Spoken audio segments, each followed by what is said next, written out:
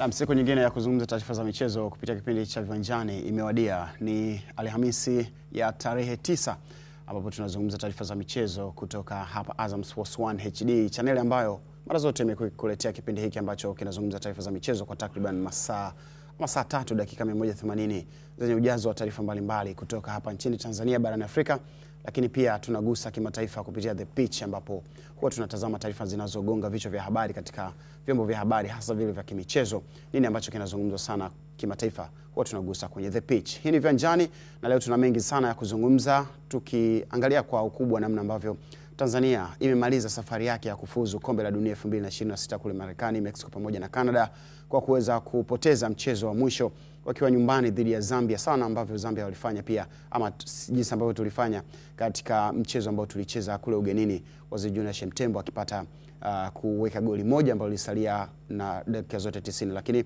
kwa sasa hivi ni Fashion Sankara ambaye aliweza kupata goli hilo kipindi cha pili na hivyo kuiandikia Zambia goli ambalo liweza kuondoka na alama 3, licha kwamba na wenyewe hawaendi popote kama ambavyo sisi pia ndoto zetu za kufuzu finali za kombe la dunia 2026 zilivyogonga mwamba. Tutaenda kuangalia mengi zaidi pia kupitia ngao ya jamii ya wanawake ambayo inachezwa leo, kutokana na michezo miwili ambayo itaanza saa 7, mchezo wa kwanza ukianza saa 7 kamili za mchana, ambapo tutaishuhudia Simba Queens ikicheza dhidi ya Mashujaa Queens, lakini baadaye tutashuhudia Young Princess wakicheza dhidi ya JKT Queens. Kumbuka JKT Queens ndio wana ngao ya jamii, kwa maana ndio walichukua ngao ya jamii msimu uliopita. Nini ambacho kitafanyika katika mchezo huu wa leo? Ni nusu finali ambayo itaenda kukutanisha timu hizi mbili. Je, nani ambaye ataenda finali katika mashindano haya? Tutaenda kutazama pia maandalizi ya Azam FC lakini pia Singida Black Stars kuelekea kwenye mechi zao za kimataifa.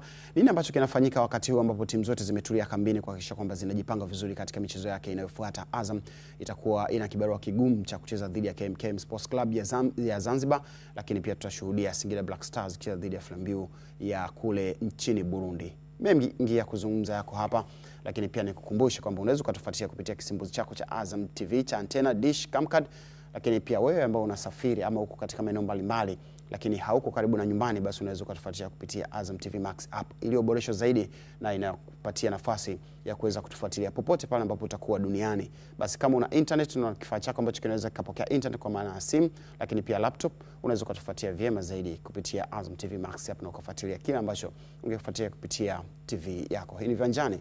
Mimi ni Mangaswali nazungumza naye kutoka Tabata TOT Dar es Salaam, kama kwa Azam TV aliposimikwa, na hapa nitakuwa na mzee wa nyama nyingi Michael Johnson Nguli, lakini pia nitakuwa na the heavyweight pandit Rashid Hamisi. Tutakuwa tunazungumza michezo kwa takriban dakika zote hizi ambazo tutakuwa hapa. Karibu na tuwe pamoja mpaka tamati, nanyi pia karibuni. Asante. Ila tumeonana kabla hapa? Hatujaonana. Nimekuona kwa mbali unakunywa chai, afa anakunywa chai. Labda kama tusalimiane kwa niaba ya watazamaji. Anakunywa chai, ushaona ile chai kavu. Chai na mruzi. Nikasema ndugu yangu, mbona au ndo ameshaanza kupungua, yani kwamba anapunguza mwili diet? Hamna, unajua matajiri hali sana. Sasa kunywa chai, vitafuno vimekaa mpaka vinavuka, wewe mwenyewe uonekani upande wa pili. Hapana, ujue watu walishe baadhi. Ujue kila mtu anazungumza kivyake. Baadhi wanasema asubuhi ni vyema kushtua tumbo kidogo, vitu vikae tumboni. Alafu baadaye mchana unaweza kaangalia, lakini pia mchana jioni hivi na wewe ukaweka. Sasa nilivyoona mluzi nikasema hapa mchana tutafika kweli. Fast German inabidi asaidie. Si ndio? Aso kweli. Ni kweli? Aso kweli. Kweli. Maamuzi tu. Amna, yale sio maamuzi. Kwa step. Yale sio maamuzi. Rashid, kuna maamuzi ya vile? Hamna maamuzi ya vile. Hamna maamuzi. Sawa. Sema. Kwa mmekuwa wasemaji wa familia yangu sasa hivi. Sio wasemaji. Mashuhuda tu. Upande wa mashahidi. Mashuhuda tu. Jamani, jana tulikuwa na mchezo mmoja ambao ulikuwa unahusu Stars, mchezo ambao umechezwa pale Zanzibar. Na sijui kama kila mtu alitegemea kwamba kuna kitu kitafanyika cha ziada baada ya kuona kwamba kampeni yetu ya kufuzu pale Marekani, Canada pamoja na Mexico, ndoto zetu kufika tamati. Sijaona kama kuna mtu alikuwa akitarajia kwamba ile mechi itakuwa na ukubwa wa namna yake, ama mimi ni tofauti na nyinyi? Hapana. Hakuna tofauti yoyote. Zaidi tu ni kuangalia idadi kubwa ya wachezaji ambao wameitwa wapya. Ndio nafikiri kwa shauku kubwa hasa kwangu mimi, sijui kwa mtu mwingine, kuona na wenyewe wanawezaje kuonyesha walichokuwa nacho. Lakini ilikuwa ni mechi tu ya heshima. Mechi ambayo haikuwa na kitu kipya chochote. Zaidi tu pamoja na kushinda kwa Zambia, bado wameendelea kushika nafasi ya 3 wakiwa chini yetu. So tulikuwa tuna nafasi nyingine ya kuweza kutengeneza mabadiliko ya numbers kwenye FIFA ranking, lakini haikuwa bahati kwetu. Tukapoteza mchezo kwenye goli ambalo unaweza kusema safu ya ulinzi kwangu mimi kama ilizembea. Lakini tuliona rotation kubwa kwenye kikosi cha timu ya taifa ya Tanzania. Mabadiliko ambayo yalitufanya tusiangalie timu, tuangalie uwezo wa mchezaji mmoja mmoja. Lakini so far so good. Nafikiri mwalimu yeye ndo alikuwa anajua hasa alikuwa anataka kuachieve nini kwenye mechi ya jana. Hii mechi umesema kulikuwa na mabadiliko mengi sana wachezaji, ambao pengine wachezaji baadhi waliitwa ambao awali walikuwa hawaonekani, lakini waliwahi kuhudumu na Taifa Stars. Hii mechi ilikuwa inalenga nini kwa kocha? Alikuwa anatumia wale wachezaji kwa ajili ya hii mechi, au ulikuwa unaona kuna lengo tofauti la kocha kwenye matumizi ya wale wachezaji? Of course, kwa sababu tupo kwenye kipindi cha maandalizi kuelekea AFCON Disemba nchini Morocco. Nafikiri kwa ni moja kati ya mechi kuweza kufanya rotation, kuona wengine pia wanawezaje kuwa na mchango wa national team, kwa sababu hizi ni mechi kama ya maandalizi kuelekea kujiandaa, kutafuta fitness, kuangalia uwezo wa wachezaji wanawezaje kuisaidia Tanzania, kwa sababu tunakwenda AFCON this time. Hatuendi kushiriki kama ambavyo imekuwa miaka ya nyuma. Nafikiri this time tunatakiwa kwenda kuonyesha ushindani, walau tuanze kuweka malengo kuanzia hapo, kwamba sasa mashindano haya safari hii tunataka kwenda quarter final au tunakwenda semi final. Kwa hiyo lazima uangalie, upime uwezo wa wachezaji wengine, kuweza kujua mbali na wale ambao tumewazoea, hawa wengine ambao huwa wapati nafasi, je, wana mchango gani? Na ilikuwa ni mechi ambayo Zambia walikuwa nayo serious. Kwa hiyo ilikuwa ni kipimo kizuri kwa mwalimu kuweza kuangalia uwezo wa wachezaji wengine dhidi ya taifa ambao liko serious kutafuta heshima dhidi yetu, ambao ilikuwa kama ni mechi ya kisasi, kwa sababu Zambia wanataka kulipiza kile ambacho tulikifanya Levi Mwanawasa. Na nafikiri mwalimu Ahmed Suleiman akaitumia hiyo kubadilisha kikosi na kuweza kuangalia wengine wanawezaje kuishi kwenye mechi yenye intensity ya namna hii. Michael, tunaweza tukasema kwa kikosi hiki na kampeni yetu ambavyo tulianza mpaka sasa hivi, kampeni yetu imeishia pale, kwa maana kwenye uwanja wa Amani Zanzibar. Tulikuwa na kampeni ya kufuzu World Cup, au tulikuwa tunashiriki kwenye timu ambazo zilitajwa kwamba na nyie mnatakiwa mshiriki? Tulikuwa na kampeni ya kufuzu World Cup. Kampeni ya kufuzu World Cup ilikuwepo. Uliiona? Niliona. Uliona timu ya kufuzu World Cup? Na unajua, ngoja nikwambie kitu kimoja.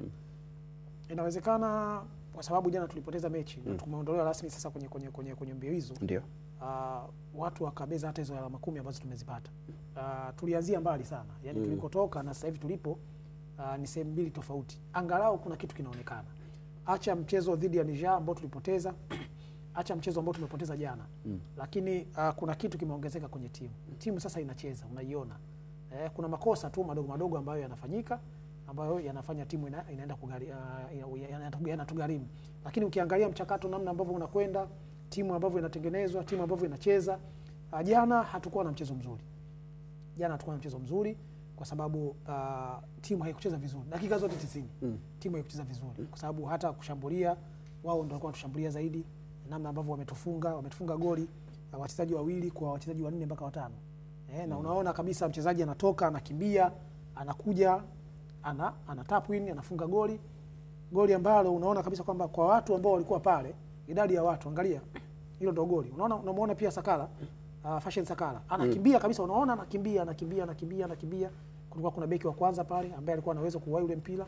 Kulikuwa kuna Israel Mwenda, naona huyo hapo, unaweza kuona pia kasi yake ilikuwa kama vile yeye alikuwa anaamini ule mpira wataenda kublock sehemu utaanza upya.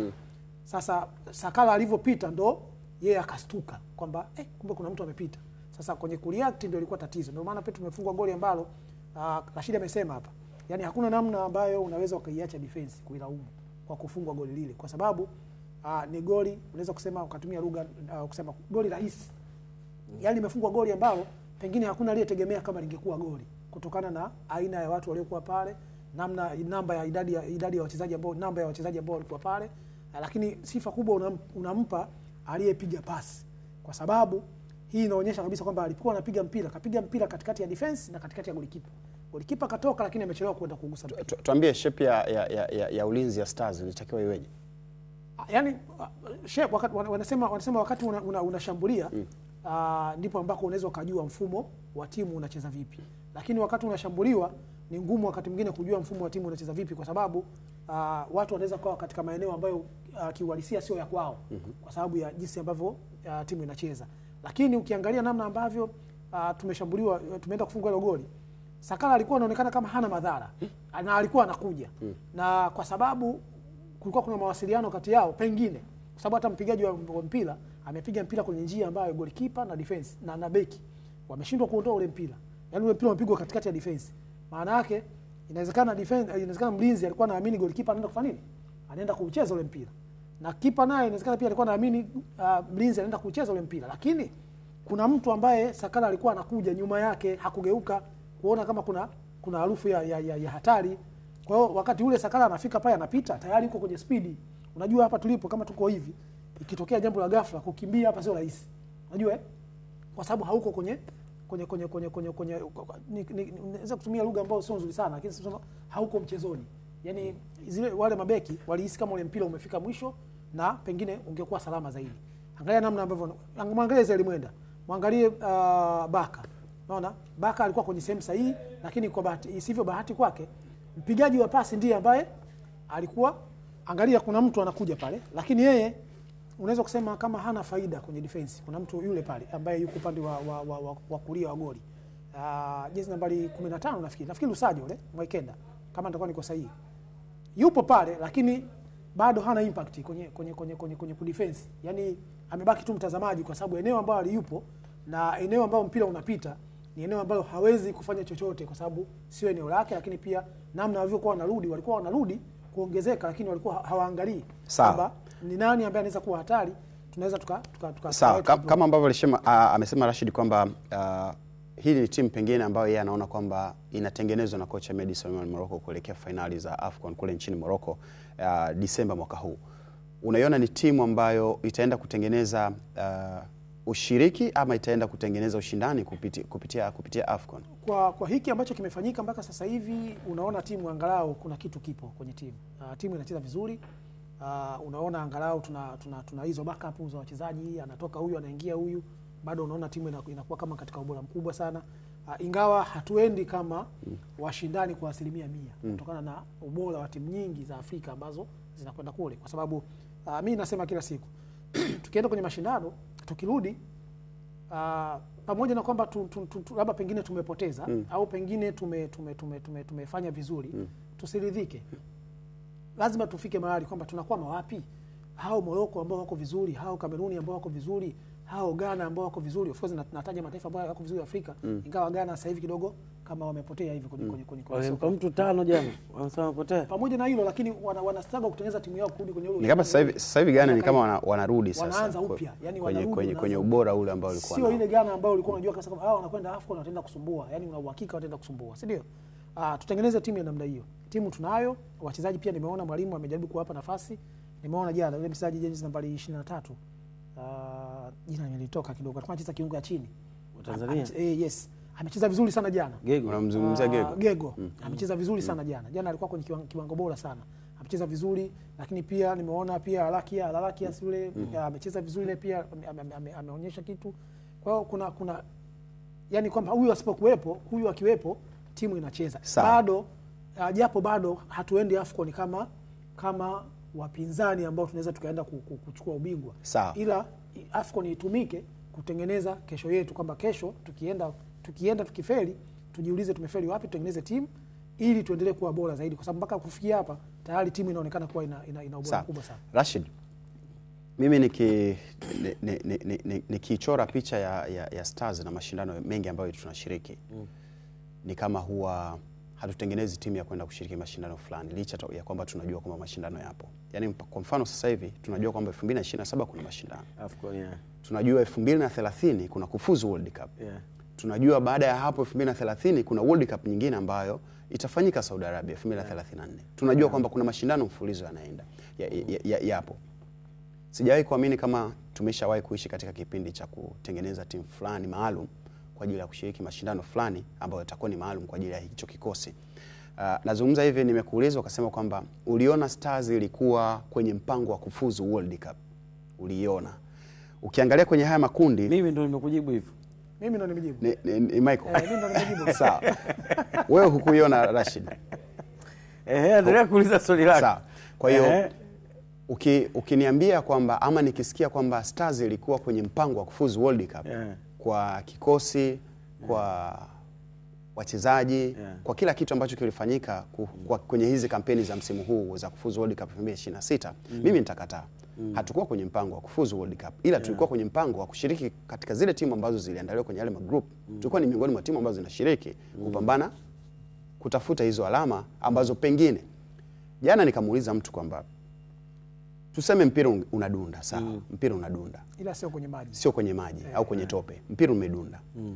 Katika lile kundi imetokea bahati mbaya au nzuri. Tumeongoza lile kundi, tumeenda World Cup.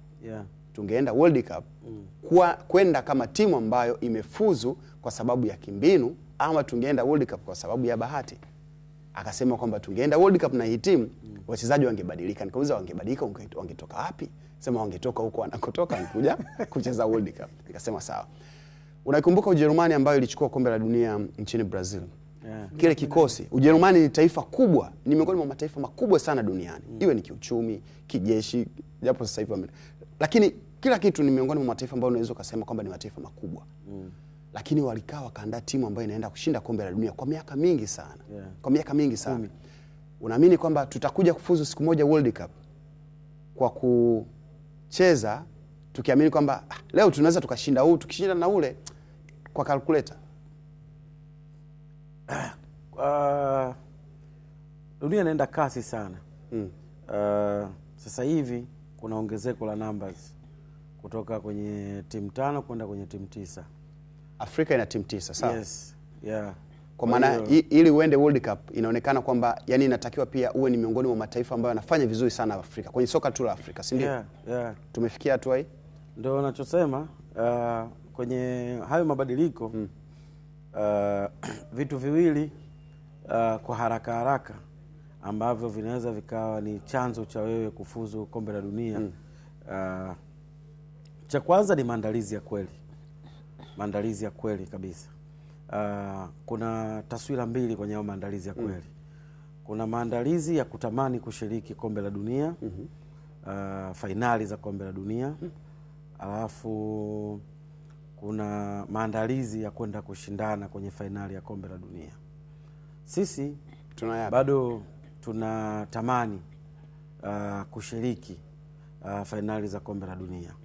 Kwa hiyo kwenye kutamani kushiriki kombe la dunia yanaweza yakatokea yote mawili. Kwa maana ya utayari wa wachezaji, kwa maana ya kuamini kwamba anatakiwa kila mmoja aongeze jitihada mahala alipo, ili kuweza kupata exposure na experience zaidi, kuweza kukabiliana na wapinzani wagumu linapokuja swala la national team wakati anaitumikia klabu yake. Jambo jingine inaweza ikawa ni maandalizi bora ya mpango kazi wa muda mrefu wa taifa zima. Yani kwa maana ya kuamini kwamba let's say mfano sisi tuna under 20 ambao walikuwa AFCON. Si ndio? Wale wakina Pipino, wakina Lawi, wakina Kondo, si ndio? Tuna vijana hawa wakina Kasami. Ni idadi kubwa wachezaji wamekwenda AFCON. Walipata tiketi kwa sababu walifika fainali. Ndio. Baada ya hapo tumekwenda kule, tumepoteza goli 1-1 mpaka tumetoka. Sasa ukitaka kujua kwanza, idadi kubwa ya wale wachezaji wa under 20. Idadi kubwa ya wachezaji wa under 20 wamepata bahati. wote wale wanacheza ligi kuu ya Tanzania. Na wengi wanaanza kwenye vikosi. Wengi wanaanza, wengine hawaanzi. Lakini kitendo cha wao kucheza tu ligi kuu, hiyo kwao ni exposure tayari. Si unanielewa? Jambo la pili ni kuangalia tunaondokaje kutoka kwenye ile hatua kwenda kwenye hatua ya pili. Yaani kwa maana kwenye ile phase ya kwanza kwenda kwenye phase ya pili. Sasa kwenye wale under 20 ambao tulikuwa nao, tuna wajengaje wale ili tuweze kuwategemea 2025 au na 27. Manake hapo kunakuwa kuna mkakati maalum. Mkakati ambao wale utawafanya wakue. Wakishakuwa, manake wale sasa watajitengeneza mentality, wataweza kushindana na mataifa mengine. Kwa sababu wale ni vijana wadogo. Si ndio? Tuamini hivyo, ni vijana wadogo. Kwamba kama 2024, 25 wana miaka 20, manake kufikia 27 watakuwa na miaka mingapi? Watakuwa na miaka 23. Si ndio? Manake 23. Kwenye namna ya kuandaa vijana kuna miaka 15, miaka 17, 19, 20, 23 na kuendelea. Kwa hiyo miaka 15 hapa ni kama unatengeneza msingi. Yaani unatengeneza vijana wa upende mpira. Unatamani wa upende kila mmoja, unaweza na pale unaweza usijue hata nafasi ya mchezaji. Yaani watamanisha wa upende mchezo. Wanapofika miaka 17 unatengeneza akili zao sasa kuanza kumachua. Unaelewa? Kuanza kumachua, kuanza kusoma mchezo, kuanza kushika maelekezo. Ikiwezekana unaanza kubaini kipaji cha mchezaji mmoja mmoja ambaye ana uwezo kufanya vizuri. Utakaposogea under 20 hapa, tayari manake ukomavu ushaanza kukaa kwenye mwili na akili. Kwa manake hapa sasa mchezaji unaweza kuanza kumtegemea, kuanza kukupa kilichokuwa bora zaidi. Kwa manake hata mafunzo ya under 20 hapa yanakuwa ni mafunzo ambayo yanafanana na mtu ambaye anatakiwa kuwa na ukomavu wa akili na ukomavu wa mwili. Kwa unaamini katika wale vijana ambao walishiriki AFCON kule Misri, under 20, wengi tutawatumia 2027 au 2025? Hapana, kwa sababu sisi bado tunaishi kwenye moment. Yaani sisi bado tunaishi kwenye moment. Na ndio maana hata mara ya kwanza ulipokuwa unasema haukuona timu yetu kiandaliwa kwenda kombe la dunia, jibu ni yes. Kwa sababu sisi bado tunaishi kwenye moment. Kutafuta wachezaji kwenye moment, hiyo ni jambo la mwisho sana. Yaani ni phase ya mwisho sana. Lakini lazima uwe na kundi ambalo umeliandaa vizuri, ambao sasa hawa ambao hukuandaa ndio wanakuja kwenye hizo moment. Unaelewa? Sisi bado tunaishi kwenye moment. Nani kafanya vizuri? Sisi wachambuzi, wadau tunapiga kelele. Fulani yuko vizuri, aitwe national team. Anaitwa national team. Lakini tuna uhakika consistency, tuna uhakika kwenye quality ambayo tunaenda kutafuta. Solution ya hichi kitu ni nini?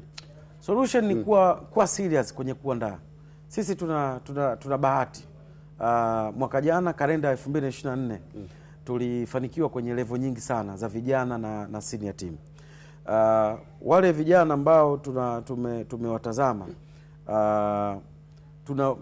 kama tutakuwa na budget ya kutosha, tunaweza kuiga yaliyokuwa bora kwa wenzetu. Kwa sababu hivi ni vizazi ambavyo vinapandikizwa. Ni vizazi ambavyo na bahati nzuri sasa hivi connections zinaanza kukubali. Kwa hiyo ni rahisi zaidi kwenda kuwatengenezea chano ambazo hawa wanaweza kuja kukua kwa bora zaidi. Leo hii tunawazungumza wakina Sari, tunawazungumza kina, lakini ukiangalia background zao unaona hawa ni vijana ambao wamekuwa kwenye maakademi ya Hispania, Ufaransa, Uholanzi, sio wapi. Kwa kama ni huko ndiko ambapo mpira wa kweli unapatikana na level ya kushindana, basi hata sisi tunaweza tukaanza kuiga. Ili sasa tutapokuwa na kundi kubwa ambalo tumeliandaa, tuweze kusema tuna uhitaji wa kwenda 2027 ambapo sisi tutakuwa tunaandaa AFCON, tuwe na uhakika kwamba tunakwenda kushinda hii. Na ndio maana challenge iliyofanyika hapa, mimi nikiwa mmoja wapo, niliamini tutafanya vizuri, ni kwa sababu ni mashindano ambayo yanahusisha ligi za ndani. Na unapohusisha ligi za ndani, maana yake kitu cha kwanza unaenda kutafsiri ligi yenyewe husika, yani ligi yenyewe husika, kwa sababu ndio wachezaji wanatoka huko. Sasa ukienda kwenye hiyo tafsiri, ukiangalia Simba, Yanga na vilabu vingine vilikuwa vinatoa wachezaji ambao ushindani wao ulikuwa sio rahisi kufananisha na mataifa mengine. Na ndio maana nilikuwa na matumaini kwamba sisi tungefanya vizuri. Lakini napokuja sasa swala la ujumla wa umoja wapo, si ndio? Kuna vitu ambavyo tunatakiwa tuwe serious. Kwenye maandalizi ya kombe la dunia huwezi kuishi na wachezaji wa moment kwamba leo Mangasole kafanya vizuri basi aje. Anaweza kukusaidia kushinda mechi, lakini hawezi kukusaidia mtiririko kwenda kufuzu kombe la dunia. So kombe la dunia tunahitaji maandalizi ya kweli, maandalizi ambayo mtayawekea plan miaka 3, 4, 5 tunaweza kuparticipate. Sawa, huyu ni Rashid Hamisa akizungumza kuhusiana na kile ambacho tunakijadili hapa kwa muda huu, ni kuhusu kikosi cha Taifa Stars ambacho kilicheza mchezo wake wa mwisho kufuzu kombe la dunia jana, na mchezo huu kumalizika kwa kupoteza kwa bao 1-0 kwenye uwanja wa Amani Zanzibar, mchezo ambao uliushuhudia. Lakini ni mengi sana sasa yakazungumzwa kuhusiana pia na hali ya kikosi, jinsi ambavyo kocha Ahmed Suleiman Morocco pia aliweza kutumia baadhi ya wachezaji katika mchezo huo.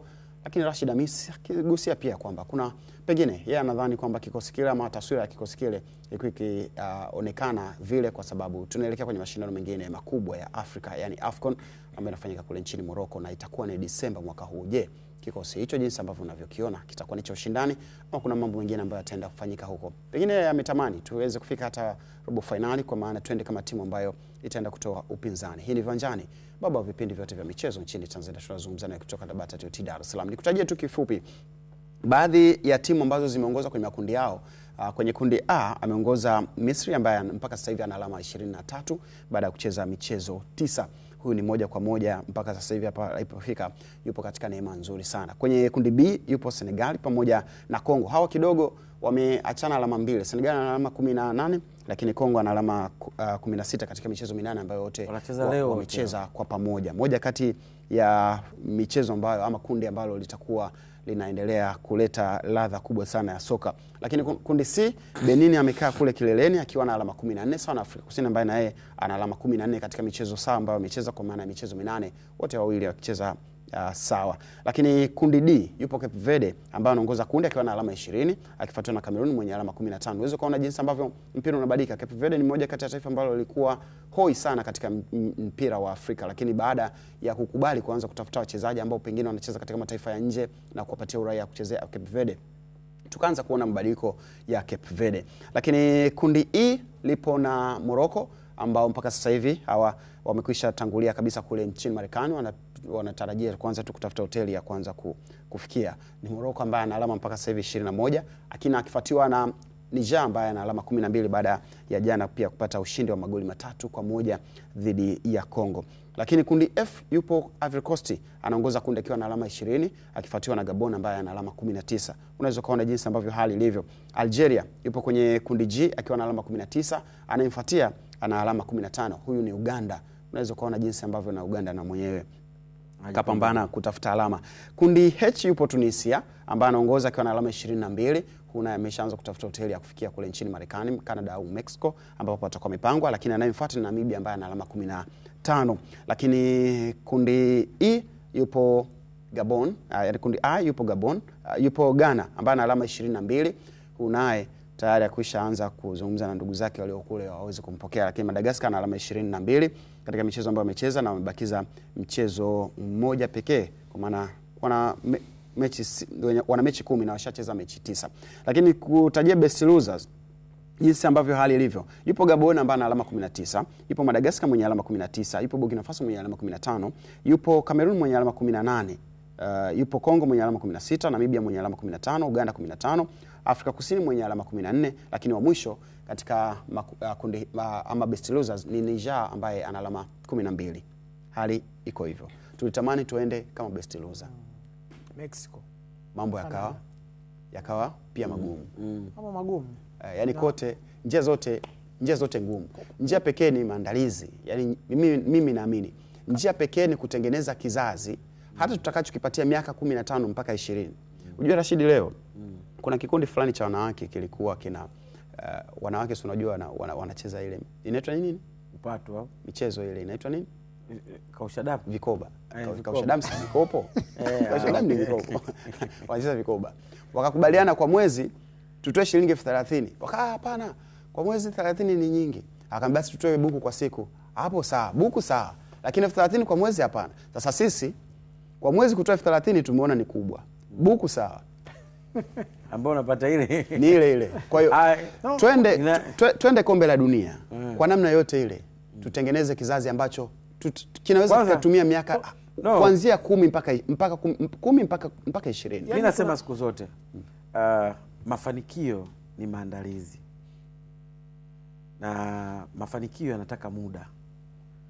Ndani ya maandalizi kuna maumivu, lazima muyapitie. Sisi ni lazima tukubali, ni lazima tukubali. Muda ni gharama. Sasa kama tunataka tukubaliane na haya yote kwenye kufanikiwa, tujue namna ya kutenga muda ambao tutapitia maumivu, alafu then tutakuja kufanikiwa kwenye kipindi ambacho tutakuwa tunakihitaji. Kwa sababu unaweza ukasema hivyo Michael, unaweza ukasema hivyo mtu akwambia kwamba hatuna muda wa kusubiri. Wewe hauna muda, wewe nani?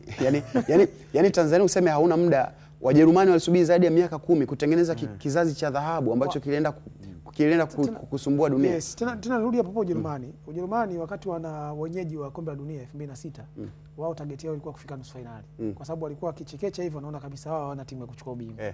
Lakini kuanzia pale wakaanza kuwekeza kwenye timu za vijana. Nafikiri Ujerumani ndio timu ambayo ndio taifa ambalo lina academy nyingi zaidi.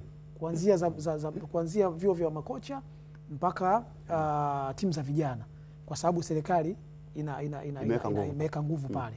Lakini taifa lingine pia, taifa kama Spain, wakati mwingine unaweza ukawekeza alafu usifanikiwe. Mfano kama Spain amewekeza kwa muda mrefu hakufanikiwa. Fikiria kama akina Raul Gonzalez, akina Ivan de la Peña, wale akina Morientes, walikuwa na wachezaji wengi sana mastaa, lakini hawakufanikiwa kipindi kile. Wakaja baadaye wakaanza na chini kabisa, wakaanza timu za vijana, lakini wakaenda licha kwamba hawakufanikiwa, lakini unaona kwamba ni timu ambayo haibahatishi pengine inapokuwa inaenda. Of course haibahatishi, lakini ilikuwa haina, unasema inakosa bahati, ingawa ilikuwa na wachezaji wazuri. Lakini pia inawezekana pia walifanya research, wakagundua wanakosea wapi, wakarudi kwenye timu za vijana. Wakaanza timu za vijana. Leo unapozungumza miaka 10 iliyopita Spain kasumbua sana. Yaani Spain anasumbua mpaka sasa hivi. Ni watu ambao wanasumbua. Wamechukua Euro wa vijana, wamechukua kombe la wanawake, walichukua Euro 2008 chini ya Aragones, wakachukua World Cup 2010, wakachukua tena Euro 2012. Hii miaka unaona wametengeneza timu za vijana. Na sasa hivi unavyozungumza timu yao ya taifa bado ni tishio. Bado ni timu ambayo ukienda kwenye Euro au ikienda kwenye World Cup bado inatajwa kama moja kati ya timu ambazo msuli mkubwa zinaweza zikachukua ubingwa. Ndio kitu ambacho pia pengine kinawasumbua Brazil sasa hivi. Brazil sasa hivi wamepotea. Wana miaka 20 ngapi hawajachukua? 2002 mpaka leo karibia miaka 20 plus. Hawajachukua. Na imefika mahali Brazil wanaajiri kocha kutoka nje ya Brazil kwa sababu ilikuwa sio utamaduni wao. Walianza na utamaduni wa kwanza, ukicheza nje ya Brazil huitwi timu ya taifa. Waka cancel. Ukicheza nje unaitwa. Wakaja wakavunja utamaduni wa kwamba Brazil haiwezi kufundishwa na kocha kutoka nje. Sasa hivi ni kama wamepoteza utamaduni wao, wana struggle, wana miaka 20. Tangu 2002 wakati walikuwa huko nyuma walikuwa moja kati ya timu bora. Kwa hiyo kurudi ni kwenye timu za vijana. Sisi hatuwezi kujicompare na Brazil na wala Ulaya. Mfano. Ukawa sio mfano hata mzuri. Sawa, hatuwezi kujilinganisha nao. Sisi tunatakiwa kufanya Ngasole. Tunaendaje? Ndio nakwambia sisi tunatakiwa kufanya. Umeziona hizi AFCON. Hizi AFCON kwanza sisi hazikuwahi kuwa kwenye mazoea kwetu. Tubadilishe target kwanza, namna ya kuyaishi haya mazoea ya AFCON. Tumekwenda AFCON iliyopita tumepata alama ngapi? Alama 2. Si ndio? Kwa mara ya kwanza. Kwa mara ya kwanza tupata alama 2. AFCON ya Disemba tujiwekee target kwamba okay, kama tulipata alama 2 na kuna mtu anaweza kuqualify ikiwa na alama 4 akaenda hatua inayofuata, basi tujiwekee malengo sisi, hatua yetu inayofuata iwe ni kucheza hatua ya 16 bora. Hizo ndo hatua tutakaanza kupiga kwenda kufuzu kombe la dunia. Huku tunajitafsiri. Unanielewa? Huku tunajitafsiri. Lakini tukiishi kwenye moment, umepata alama 2, utaenda AFCON ya Disemba, utapata alama 1 utatoka. Utakuja AFCON ambao utaandaa wewe, utaishia kwenye group stage, sijui utapata nini, utatoka. Alafu utaanza kustruggle. Manake hakuna kitu ambacho wewe utakuwa unajifunza. AFCON zote ambazo tumeshiriki, timu ilivyokuwa inarudi sisi tukaona tumejifunza, next time tutafanya vizuri. Ila njia pekee. Mpira hauko hivyo bana Mangasole. Ngoja utolee mfano hata kwenye moment za vilabu vyetu namna ambavyo vinakuwa. Umeelewa? kwa haraka tunamaliza. Yes, Simba Yanga mara ya kwanza vinashiriki hapa. Yanga mpaka anakuja kupotea mara ya mwisho Young Africans alikula chuma 6 kule Raja Casablanca. Walimpa chuma 6. Baada hapo Young Africans akapotea miaka 25 akarudi tena kwenye Champions League. Lakini Simba Sports namna ambavyo alikuwa na experience hatua kwa hatua mpaka sasa hivi Yanga wakati anarudi kwenye Champions League alirudi akiwa na timu yenye hadhi ya kupambana na timu nyingine za ligi ya mabingwa. Alishakuepo mtu ambaye anajifunza kumtazama. Unaelewa? Wakati Young Africans anarudi tayari Simba alisha set standard ya namna ya kushiriki ya mashindano. Kwa akawa anajifunza, okay, hivi hawa Simba wanafanya nini? Okay, Simba wanafanya nini? Okay, Simba wamefanikiwaje? Kwa hiyo yeye wakati anakuja tayari shajua njia bora za kupita za kuelekea. Sasa sisi haya mashindano ambayo tunayacheza AFCON, CHAN na nini, ni lazima pia kuangalia ni namna gani bora tunatakiwa tushinde. Yaani kuna namna ya kucheza ya kuandaa timu, kuna namna ya kufanya selection ya wachezaji na kuna namna ya kuyaelekea malengo. Sisi bado tupo kwenye kipindi ambacho tunafurahishwa na wachezaji ambao tunawaona kwa macho kwenye kipindi ambacho wao wanafanya vizuri. Ndio maana leo hii sasa hawa ambao unawatamani wawepo unawapata vipi? Si ni kwenye maandalizi ya kuandaa timu. Ndio maana kasema tuna under 20 ambayo imecheza AFCON ya under 20. Michael malizia hili. Mwalimu kwanza mwalimu ana changamoto nyingine pia. Mwalimu wa timu wa national team. Tuna wachezaji wengi ambao hawana consistency. Hilo pia tusilisahau. Yaani mchezaji ambaye amecheza leo ni huyo mchezaji ukimfuata baada ya miezi mitatu sio yule aliyecheza leo. Sawa? Yaani kiwango kimeisha. Tuna wachezaji wengi ambao kama nitakosea samani lakini wengi hawana discipline. Yaani unaweza kumuona yule Kampamba pale Zambia yupo mechi za CHAN yupo, mechi za World Cup yupo, AFCON yumo. Unashangaa Zambia hawana mchezaji mwingine lakini kwa sababu ana consistency, anacheza yule Fashion Sakala simuona. Tangu timu za vijana yupo na anafanya vizuri tangu timu za vijana. Leo anafanya vizuri kwenye timu ya wakubwa. Yupo. Yaani huoni yale mabadiliko mara kwa mara. Ni kwa sababu ya hizo consistency. Na namba ya wachezaji ambao wanapatikana wakiwa na viwango hivyo bora ndani ya muda mrefu. Kwa hiyo mwalimu pia yale mabadiliko ya wachezaji wa mara kwa mara pia hata yeye mwenyewe pia yanafika mahali anakuwa kama anaanza upya. Timu hii imecheza Mangasole, kesho Mangasole hayupo, kesho kutwa Nguli hayupo, kesho kutwa Rashidi yupo, kesho kutwa Idi Salum Kidelea hayupo. Kwa hiyo kuna hayo mabadiliko. Kwa hiyo kama vile kama inafika mahali mwalimu ana start. Yaani anaona sasa hakuna namna. Unajua leo tunazungumza AFCON ya Disemba. Tunaweza tukafika Disemba kuna baadhi ya wachezaji hawatakuwepo. Sio hawatakuwepo. Si ndio?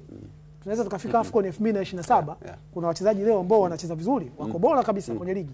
Tunaweza tukakaa hawapo na pengine hata tuwazungumzi tena. Tengeneze tu mazingira mazuri. Shukran sana Michael pamoja na Rashid. Mimi ninachoamini ni kuwekeza kwenye timu za vijana kwa sababu tukishaanza kuwekeza kwenye timu za vijana ambazo tutazipatia malengo kwamba nyewe lengo lenu la kwanza, la pili na la tatu ni kwenda kufuzu World Cup, basi tutakuwa na timu ambayo itaenda kufanya vizuri sana. Hili Viwanjani, baba wa vipindi vyote vya michezo nchini Tanzania. Tunazungumza na kutoka Tabata TOT Dar es Salaam. Tunahamia kwenye swala lingine ambalo linahusiana na mechi za ngao ya jamii kwa upande wa wanawake, ambapo ni mechi ambazo zinaashiria ufunguzi wa ligi kuu ya wanawake, ambapo tutaenda kushuhudia mechi hizo kupitia Azam TV, ambapo leo tutakuwa na michezo miwili. Mchezo wa kwanza ukichezwa majira saa 7 kamili za mchana, ambapo mchezo huu utakutanisha Simba Queens ambayo itacheza dhidi ya Mashujaa Queens. Huu ni miongoni mwa mchezo ambao utaenda kuvuta hisia kwa sababu timu zote zimefanya usajili. Kwa Simba Queens ambao walikuwa na kikosi ambacho hakikuridhisha sana msimu uliopita, wametoa idadi kubwa ya wachezaji na wakaingiza idadi nyingine ya wachezaji ambao wataenda kufanya kampeni nyingine ya kutafuta mataji kupitia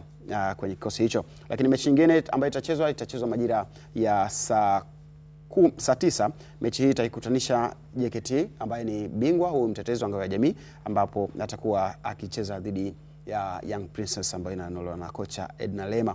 Ni miongoni mwa michezo ambayo inabidi ukae uitazame michezo yote hii miwili. Mechi ya kwanza saa 7, mchezo wa pili saa 9. KMC Complex. Nafikiri itakuwa saa 10. Saa 10. Ukipiga hesabu hapo kuna mechi ya kwanza inatumia karibia saa 2 hapa, si ndio? Kwa hiyo producer kaniisha matango pole. Saa 7 maana yake saa 7 mpaka saa 8 kasoro half time. Mpaka saa 9 kasoro mechi imemalizika. Mechi imemalizika. Kwa hiyo haiwezi kuanza. Pengine saa 9 na robo inawezekana. Yes. Tuachane na muda. Inaweza ikawa tuachane na muda, lakini mechi zipo. Ngao ya jamii inaendelea kwa mfumo ambao Ni tofauti na ngao ya jamii ya wakubwa jinsi ambavyo imechezwa. Muda. Muda. Ni Tunaanza kwenye muda. Tunaanza kwenye muda nafikiri. Muda. Kwenye muda. Kwenye muda tofauti kidogo. Lakini mfumo ni ule ule. Mfumo ule ule. Kwamba safari hii ndio ilikuwa safari hii kutokana na changamoto za muda mechi ilikuwa moja. Tunazungumzia ligi ya wanaume, si ndio? Lakini huku kwa nini tusitengeneze mfumo mmoja ambao utakuona umenani moja kwa moja? Sasa ni wazo zuri. Ni wazo zuri, lakini pia nafikiri ni wao wenyewe sasa wenye ligi yao kuangalia namna gani wanaweza wakafanya hivyo ambavyo wewe pengine unapendekeza au pengine maoni yako. Kwa sababu walitoa sababu kwamba muda hautoshi kuona timu 4. Kwa hiyo wakaweka timu 2, shughuli kamalizikia hapo. Lakini nafikiri kuna namna ya kufanya. Wakati mwingine kalenda huwa inabana sana. Sasa kalenda ikibana, kuna baadhi ya vitu tutakao vipunguze ili kuendana na muda. Unajua kama hivyo kuna AFCON Disemba. Kuna hapa katikati kuna mechi za kufuzu kama hivyo World Cup. Kuna hizi timu pia zinazoshiriki mashindano ya kimataifa Afrika zipo pia. Kwa hiyo unaona kalenda namna ambavyo imebana. Lakini huku kwa wanawake kidogo ratiba yao haijabana sana, kwa sababu tuna mwakilishi mmoja tu JKT ambaye ataenda kuwakilisha kimataifa. Kwa hiyo unaweza kuona huku wameona ratiba ibaki hivi hivi. Ingawa tunategemea kuona mechi ngumu kati ya hizi timu. Ingawa mechi ya kwanza Simba dhidi ya Mashujaa unaweza ukaona hapa Simba nafasi kwa sababu ya uzoefu wao kwenye ligi, ubora wao kwenye ligi ambao tumewaona mara kadhaa. Ni timu ambayo ina watu wana experience kuanzia kwenye makocha, kuanzia kwenye wachezaji. Hiyo inaweza kawapa wao faida pengine kuonekana kama ni timu ya kwanza uwanjani. Lakini kwa Mashujaa wao pia ni moja kati ya timu ambazo zimefanya vizuri sana. Na kumbuka msimu uliopita ni moja kati ya timu ambazo zilikuwa za safu bora ya ushambuliaji. Ingawa kwenye defense kidogo kuna changamoto, lakini naamini usajili wao waliofanya tunaweza kwenda kuona mechi nzuri zaidi. Kwa hiyo naamini itakuwa mechi bora zaidi. Ingawa Mashujaa kuwa hapa pengine ni mkakati wa Mashujaa yenyewe, kwa maana Mashujaa timu ambayo inacheza ligi kuu ya wanaume, na jeshi lenyewe moja kwa moja kuona kwamba tunatakiwa tuwe na timu zote ambazo ni bora, kwa maana ya timu ya wanawake lakini pia na timu ya wanaume. Huu ni mkakati maalum ambao unaona pengine unaweza kuzaa matunda hivi karibuni? Kabisa. Kwa sababu kwanza kumaliza nafasi ya 4 kwenye ligi ya wanawake wakati ndio mmeanza sio jambo dogo. Unajua sio jambo dogo. Kwa hiyo unaona namna ambavyo wanajaribu kutengeneza timu. Tumeona JKT moja kati ya mimi kwangu ndio tunaweza kusema ndio timu bora ya wanawake Tanzania mpaka sasa hivi tunavyozungumza. Lakini pia wana faida ya kuwa walikuwa kwenye mashindano, walikuwa kwa mchezoni. Unaona namna ambavyo wako kwenye mashindano. Mashujaa Queens ni timu ambayo inakuja kuongeza timu za taasisi ya jeshi, si ndio? Kwenye ligi ya wanawake. Namna ambavyo JKT wanafanya vizuri. Naamini na Mashujaa Queens baada ya miaka 2-3 tunaweza tukaona kwenye level hiyo ya JKT, kwa sababu wao pia naamini sera zao zitakuwa zile za JKT kwa sababu taasisi ni moja. Kwa hiyo bado ni timu ambayo inaingia kihistoria kwenye makaratasi. Unaweza ukasema ni timu fulani ambayo ni ndogo, ni changa. Hata mwalimu nilikuwa nasikia anasema kwamba timu yao kweli ni changa, lakini wao wataenda kupambana. Kwa hiyo kwenye makaratasi unaweza kusema timu ni changa, lakini unapokuja kwenye ushindani bado Simba naamini atakutana na mchezo mgumu, ingawa Simba wanaingia kama timu ya kwanza uwanjani kutokana na experience ambayo wako nayo. Sawa. Rashid, mara nyingi timu zinapocheza hizi mechi za ngao ya jamii, hasa kwa kwetu hapa nchini Tanzania, timu inayopoteza ama inayoshinda huwa inaanza kutengeneza hatua nzuri za kuelekea kwenye ligi, lakini inayopoteza pia huwa kama haijasimama vizuri inaweza kaanza kupoteza pia mbio za ubingwa pale, yani mbio za ligi kabla hata ligi haijafunguliwa. Unaona kuna timu yenye ukomavu tayari kuweza kukabiliana na hali hiyo katika hizi timu 4? Kwanza JKT watatumia mashindano haya JKT Queens kama sehemu ya maandalizi ya kwenda kufanya vizuri Champions League. Wamekwenda mara 2. Nafikiri this time kuna vitu wamesha experience. Kwa hiyo wanataka kwenda kuonyesha utofauti kidogo, kwenda kushindana.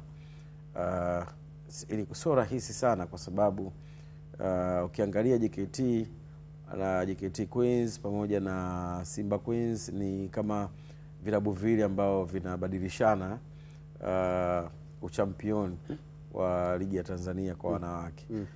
Vilabu vingine ni kama vinakuja taratibu na kuanza kujifunza hawa wanafanyaje.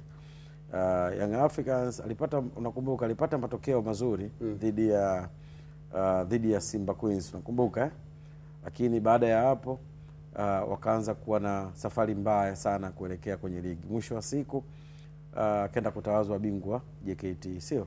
Lakini kimsingi ni kwamba ni mashindano mazuri ambayo yanatoa appreciation kwa vilabu ambavyo vimefanya vizuri. Ni mfumo ambao upo kikanuni, mifumo yote miwili, kucheza mchezo mmoja na kucheza mchezo kama ligi, yote ipo kwenye kanuni. Kwa ni swala la muda ambao ndo lenyewe linaamua kwamba this time mtafanyaje. Kama unakumbuka hata huko kwa wanaume ambapo mmezungumzia, wakati wanaanzisha mashindano ya chezo timu 4 watu walicomplain sana, lakini mwisho wa siku sio vitu ambavyo vilitoka tu mbinguni vikashuka. Wakaelezwa hivi vitu vipo jamani, msome, umeona. Kwa ni swala kuamua tu ni mfumo upi tuutumie ili kutokana na muda na kila kitu. So ni maandalizi yatakuwa ni mazuri ambayo mimi naamini Edina Lema pamoja na Yanga Princess yake wana kiu ya kutaka kwenda kuchallenge title pale kwenye mashindano kwenye ligi ya wanawake.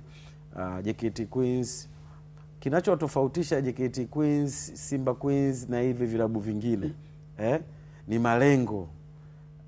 Hilo ndio wanaenda kutofautisha nao. Okay. JKT Queens na Simba Queens malengo yao huwa ni kushiriki Champions League.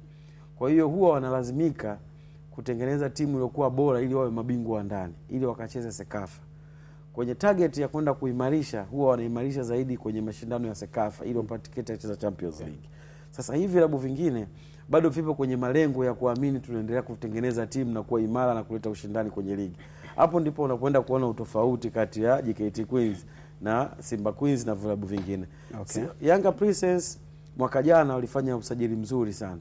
Usajili ambao ulitoa matumaini. Na kwa nini ulitoa matumaini? Ni kwa sababu taasisi ya Young Africans iliamua kutupia jicho upande wa wanawake.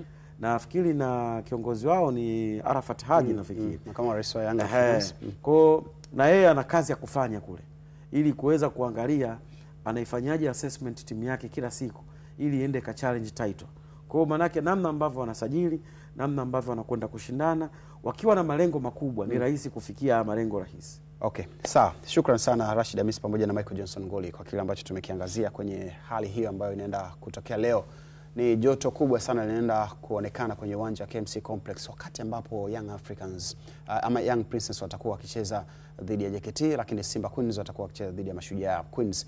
Ni mchezo wa kwanza ambao utachezwa majira ya saa 7 na utakufuatilia live kupitia Azam TV, lakini pia mchezo wa pili pia na wenyewe utaweza kufuatilia kupitia Azam TV. Hivyo kaa kwenye runinga yako uweze kuangalia nini ambacho kinafanywa na wanawake hao washoka katika mchezo ama michezo hiyo ya ngao ya jamii. Hii ni Viwanjani, baba wa vipindi vyote vya michezo nchini. Sasa tunaanza kutazama mengine ambayo yapo kwenye taarifa ambazo tumeziandaa. Pamoja na klabu ya Simba imeendelea kutoa elimu kwa mashabiki wake kuweza kununua jezi ambazo ni halali na kuzikacha zile jezi ambazo ni feki. Hayo yamesemwa na ama kampeni hiyo inaendeshwa na Ahmed Ali ambaye ni afisa habari wa klabu ya Simba, lakini mara hii alikuwa kule Arusha katika wilaya ya Arumeru ambapo amezungumza namna ambavyo mashabiki wa Simba wanapaswa pia kuibeba hii elimu ya ununuzi wa bidhaa ambazo ni original kwa ajili ya manufaa ya klabu yao.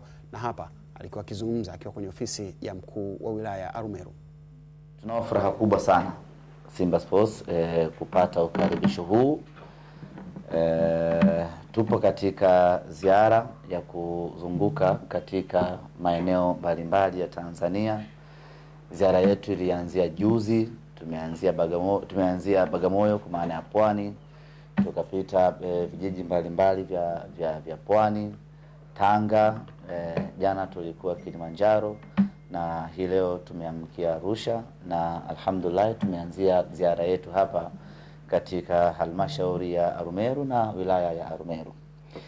Ziara yetu Mheshimiwa mkuu wa wilaya ina lengo la kutoa elimu kwa wanasimba hasa kwenye kununua bidhaa original za klabu yetu.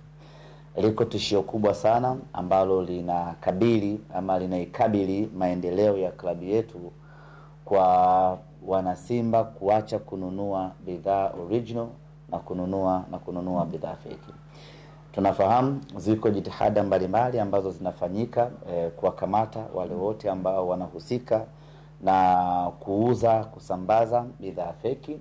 Na kwa hapa nichukue nafasi kulishukuru jeshi la polisi, limekuwa nasi bega kwa bega kuwakamata wale wote ambao wanafanya biashara hiyo.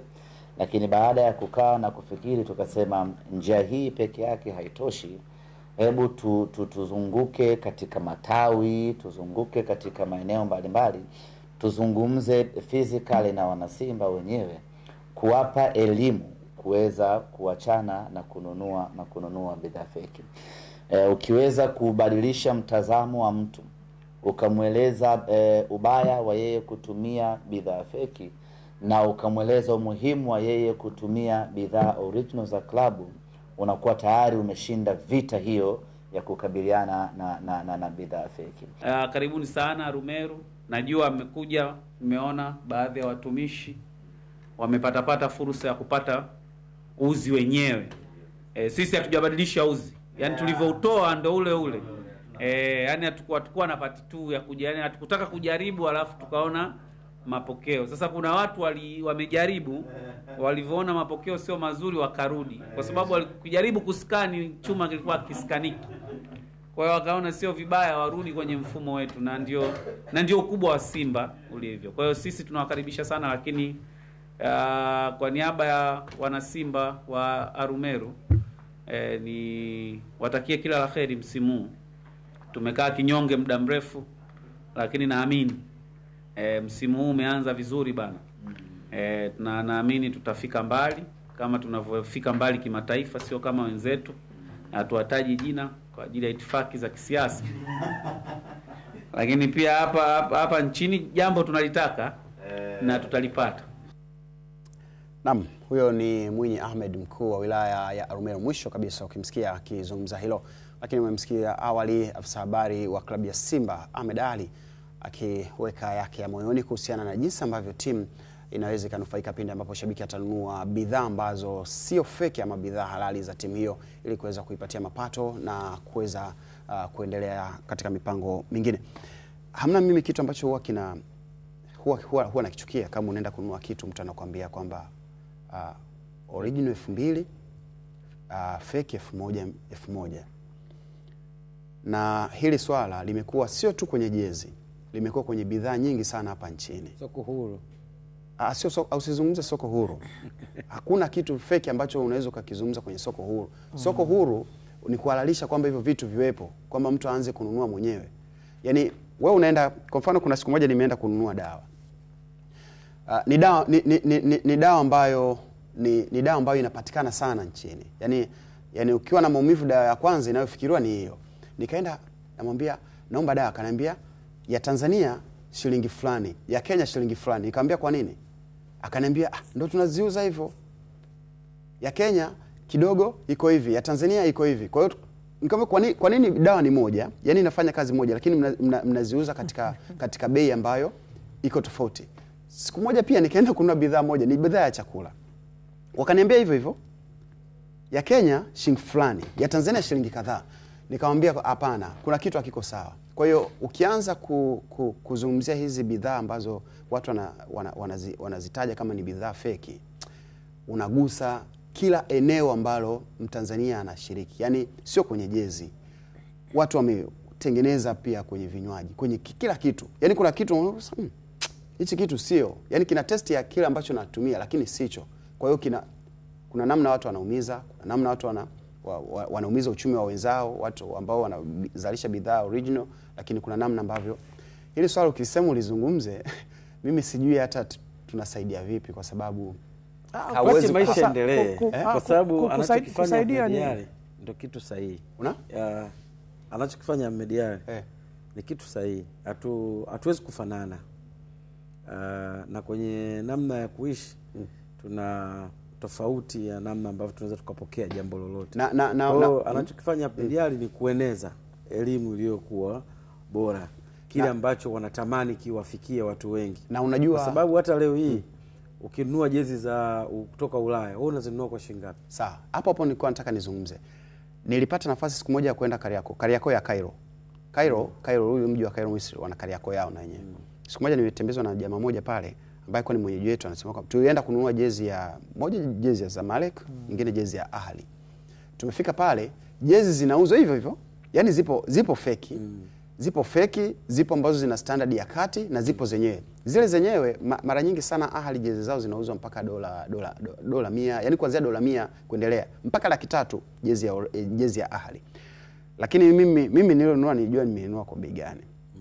Ambayo sio original. Nani akwambia mimi naweza nikanunua jezi ya sio original? Wewe unanisemea. Nitakuja nayo. Sio mwenyewe. Sio mwenyewe original inaanzia dola 100. Nimekwambiaje zilikuwa zinauzwa kwa namna tofauti. Kwa standard. Kuna jezi ya chini, kuna jezi ya kati, kuna jezi ya inayouzwa mpaka 300. Sasa wewe ungeniuza, mimi nilichukua jezi gani? Ulichukua jezi gani? Nilichukua jezi gani? Wewe unaweza kachukua jezi gani? Mimi nachoelewa ni utofauti tu wa maisha. Wajua sio kila kitu ambacho unaweza kuafford, mimi naweza kuafford. Na pengine ninatamani kile ambacho wewe unakipata. Kwa hiyo of course si justify kwamba hivi vitu viwepo, hapana. Kwa sababu hata wao pia wanaweza kutengeneza kwenye hizo quality. Yaani hao wasambazaji watatengeneza standard tofauti. Ambao kwamba standard hii na standard hii wana uwezo wa kutengeneza hivi. Okay, kwa hiyo maana yake ni kwamba tuwe na jezi ambazo zina standard. Kwanza kwenye material, material haya utatoa 1.5, haya utatoa kwa sababu tunatofautiana kwenye inatoka hivyo Michael. Kwa mfano nenda kwenye page yote ya klabu yote barani Ulaya. Hatufanani. Watakupatia jezi kutokana na quality ama material yaliyotengenezwa. Labda kama una hoja nyingine. Najua kwamba huwa vinatokea hivyo, lakini huwa naona kama wanatengeneza kupitia sehemu mbalimbali. Kuna jezi ambazo ziko kutoka Dubai, sio zinatoka wapi. Lakini hilo binafsi halalishi kwamba watu waendelee kufyatua hizo jezi feki, waendelee kuuza, si ndio? Anachokifanya Ahmed ni kuendelea kuhamasisha watu kwamba jezi feki ni ipi, jezi halali ni ipi, kwa sababu ukinunua jezi feki, kwanza lengo la kuuza jezi ni kuingizia timu mapato, si ndio? Sasa ukinunua jezi feki, maana yake hiyo pesa haifikii klabu. Maana yake wewe unakuwa kama unashiriki kuihujumu klabu, si ndio? Kwamba umenunua jezi feki. Sasa namna gani ambavyo unaweza ukaaminisha watu kwamba hii jezi feki na hii sio, hii ni original? Ni kutoa hiyo elimu. Ingawa najua wana kazi kubwa sana, kwa sababu kuzunguka nchi nzima kuna watu wako vijijini ndani huko, namna hii elimu inavyotolewa, sidhani kama Ahmed anaweza kapita kila sehemu kuambia, kwa sababu kuna maeneo mengine pia watu wanapeleka jezi ambazo sio zenyewe, na kwa sababu watu hawana hiyo elimu ya hizo jezi feki na jezi original, wananunua, wanaona ni wamenunua jezi sahihi, na wanawezekana pia wakawa wananunua kwa gharama ile ambayo huku imezungumzwa kwamba labda 30,000, 45,000, 20,000 ngapi wanauza pia. Kwa hiyo wanachokifanya ni kujaribu kuwakumbusha watu kwamba wasiendelee kununua jezi, yani kuwakumbusha kwamba original ni ipi na fake ni ipi. Unaona kuna siku kazi kubwa sana. Unaona kuna siku kwenye hilo jambo, kwa sababu unaona kuna siku ile swala litaisha. Kwamba haliwezi kuisha kwa sababu ni jambo mtambuka kaka. Unaelewa? Kwa sababu okay, unakwenda kijijini. Let's say mimi naipenda club X. Wewe unaipenda club Y. Si ndio? Lakini mimi uwezo wangu mimi ndo nipenda X, wewe penda Y. Sawa. Mimi uwezo wangu wa kununua club X yangu, umeelewa? Sasa X kasema huyu tayari mama ameshakuwa tena. Wewe ni club Y. Kwa nini mnagombania nini? Original yake, umeelewa? Mimi sina uwezo nao. Si ndio? Yaani sina uwezo nao kabisa. Lakini naipenda club yangu Y. Sema nisome. Sasa ndio maana nikasema hivi, kutokana na utofauti wa vipato vyetu na mahitaji, wote tunaweza kuwa na mapenzi ya kitu kimoja. Sawa. Hawa wazabuni wanaweza kutofautishia quality. Hii elimu ambayo inatolewa na Mediali ni nzuri. Kwamba jamani atusinunue vitu hivi. Lakini pia na wao watoe option. Umeelewa? Kwa sababu hiki ambacho mnakitaka sisi tukipate, ndio. Kuna watu ambao sisi hatuna uwezo wa kwani hizo jezi ambazo ni fake wanazinunua kwa bei gani? Zinakuwa ni chini zaidi, kwa sababu kuna sehemu unajua jezi kuna watu wananunua mpaka jezi shilingi 4,000. 4,000? Hizi ambazo unaziona mtu ananunua 4,000, as long as kubwa anaona logo ya klabu yake ndio anaipenda, ananunua na ina mfanano wake. Wewe unajua sehemu wanauza jezi 4,000? Unajua sehemu wanauza jezi 4,000? Kaka, Wajua hizi jezi jinsi zilivyo. Mtu ananunua. Mtu ananunua. Yaani Rashid, mimi kitu ambacho nataka kunihakikishia. Nisikilize ninachokwambia. Wewe unajua sehemu wanapouza jezi za hizi timu za ligi kuu 4. Mimi na wewe tunakwenda sana mikoani. Subiri kwanza. Mimi na wewe tunakwenda sana mikoani. Ndio. Kuna siku nitakuchukua. Jezi 4. Ndio kuna siku nitakuchukua. Hata vesti za ndani tunazovaa. Ndio nakwambia, yaani hivi kinachofanyika. Ashidi, kwa jezi inauzwa bei ya kipaja, si ndio? Yaani kitu kinachofanya, ngoja ngome kinachofanyika. Kinachofanyika, mtu ana mapenzi na klabu yake wai. Umeelewa? Sasa anachoenda kukifanya, anaenda kununua jezi yenye mfanano na klabu yake. Sasa hiyo jezi 4 yeye huyo imechorwa logo ya klabu yake ambayo yeye anaipenda.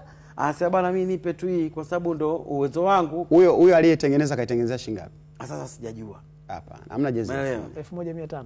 Hamna jezi sijajua. Lakini mimi ndo nakwambia ndo uhalisia. Lakini aina ya jezi ambazo unazizungumza. Ndio maana nimekutolea mfano. Ni jezi ambazo huwa sio jezi rasmi kwa msimu. Ndio maana nimekutolea mfano. Wewe jezi ya hivyo vilabu vya Ulaya unanunua shilingi ngapi? Mimi sina jezi yote ya klabu ya Ulaya. Sina jezi yote. Sasa wewe jezi ya Ulaya hapa Tanzania unanunua shilingi ngapi? Mimi jezi yangu nimetoa na timu. Umetoa na timu gani? Dortmund. Mimi si member. Mimi member. Sawa. Nimeletea yani mwisho wa mwaka wanaletea jezi. Watu wote ni mamemba. Lakini kwa bei wanayouza ni kama 340,000. Nani anaweza kuafford kununua jezi 300 Tanzania? 300 Tanzania? Wapo. Wangapi? Wachache. Wengi. Subutu. Wapo lakini sio wote, 300. Wewe 300 ni shilingi ngapi? Mpaka kusema kwamba ni 300 ni shilingi ngapi maana yake nini? Yaani wajua wanachukulia 300 kama ni hela ndogo. Lakini uchumi wa watu wengi au idadi kubwa ya mashabiki wa vilabu sio ambao na ndio maana umeona hizi tiketi hata wanazouza hizi platinum sijui tunaenda mapumziko wakati huu. Ukanionyeshe sehemu wanapouza hizo jezi za 4. Mimi rai yangu wazabuni ili kuondoa pia haya makando watengeneze jezi kutokana na standard wanazo. Sawa, asante sana Rashid. Asante sana Rashid. Tuko na Rashid Hamis the Heavyweight Pandit pamoja na Michael Johnson Nguli. Kikubwa ambacho kilikuwa kinatuweka katika mjadala huu ni kuhusiana na kile ambacho ama elimu ambayo ameendelea kuitoa Ahmed Ally, afisa habari wa klabu ya Simba, kuhusiana na mashabiki wa Simba waweze kununua jezi ambazo ni halali. Kuna kitu kikubwa sana ambacho kinasumbua sasa hivi kwenye swala la jezi. Timu nyingi sana zinalia, jezi nyingi zinapigwa chapa ambayo sio halisi. Kwa maana hiyo hebu jaribu kuangalia kile ambacho unakinunua kama kina hadhi ya kuwa katika moyo wako na klabu yako. Hii ni Viwanjani, mapumziko mafupi, tukirejea tuna mengi sana kuzungumza, endelea kusalia hapo.